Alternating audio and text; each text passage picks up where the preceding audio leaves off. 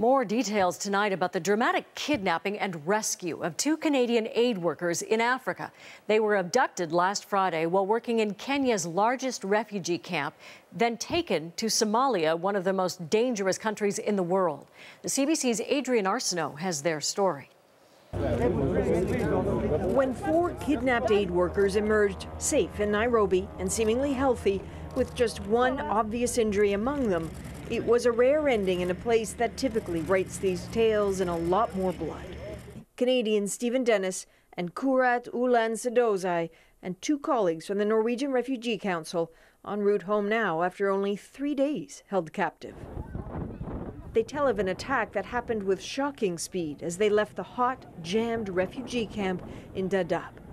Foregoing a safety detail to try to stay low profile, they were ambushed, some local staff injured, a driver killed.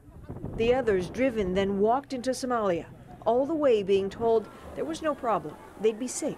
They reassured us that they weren't intending to kill us, they wanted money, and they were making the symbols of money. There's little language between us, but very quickly I think the threat to us I felt reduced. This is consistent with a new brand of kidnappers in the region, moving away from the increasingly difficult piracy and heading inland, driven by money, not ideology. A key goal? To sell hostages on to more powerful groups. Worlds away, Dennis's parents waited. Calm now, numb then. You go blank.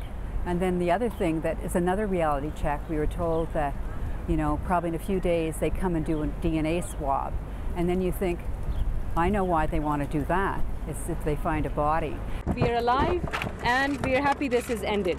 Instead, something good happened fast. The Kenyan military claim they moved in, but other accounts suggest a rival militia rescued the workers. From the ground, incredibly confusing. There's a bit of firefight, and actually even at that point we didn't know that they were our rescuers, but there's one guy that came up to us and in his most impressive English said, "Hello, how are you?"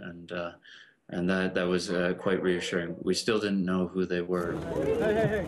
This time an escape, but there are still more than 100 hostages stuck in Somalia, and increasing warnings that life inland is becoming as dangerous as life on those notorious high seas. Adrienne Arsenault, CBC News, Toronto.